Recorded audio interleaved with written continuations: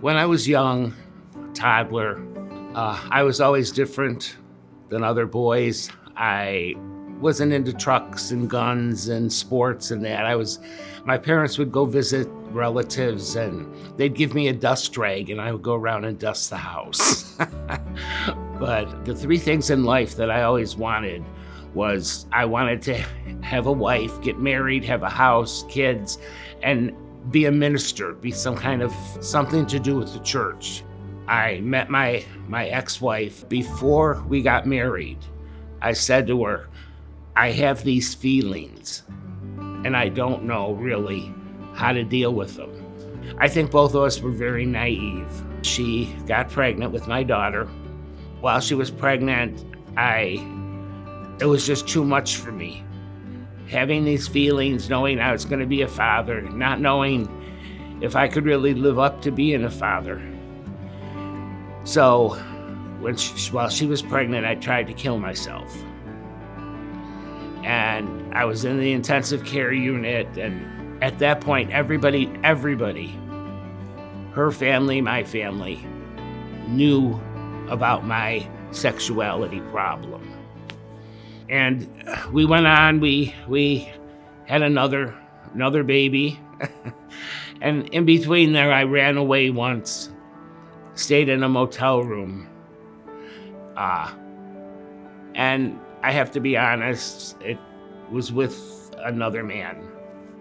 I always wanted it to be all good, but I fought this sexuality thing and I didn't know what to do.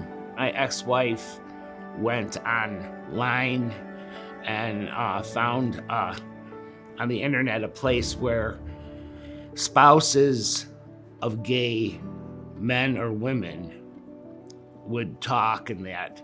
She came home from church the one Sunday. She said, I don't want to be married to you anymore.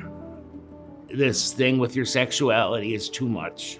I struggled with being gay because now I had all the freedom. I had a house, I had a place to live. Nothing was holding me back from just getting into the whole lifestyle. I know God kept me going, but the only thing other than that kept me going were my kids. If I didn't have my kids, I probably wouldn't be here. My mother came to live with me, and I took care of her she was with me for about 4 years. A friend of mine, Frank, talked to my mother, and my mother opened up to him. From that point on, I knew that when she would pass, where she would go. The last thing that Frank said to her was, I'll see you in heaven. So after that, Frank and his wife got me to go to Revive, and I've become involved, and it's something that I've always wanted, and I've been trying to be obedient and do what God wants me to do. Right now I'm at the point in my life where obedience for me now is living a celibate life, a life that I can be obedient to what God wants me to do. And since I'm on this road, He's used me, and I have a real burden for the homeless, the hungry, and the needy. I love the Lord, and I'm a different person. I've never been closer, and I've never had God work in my life as much as He is now.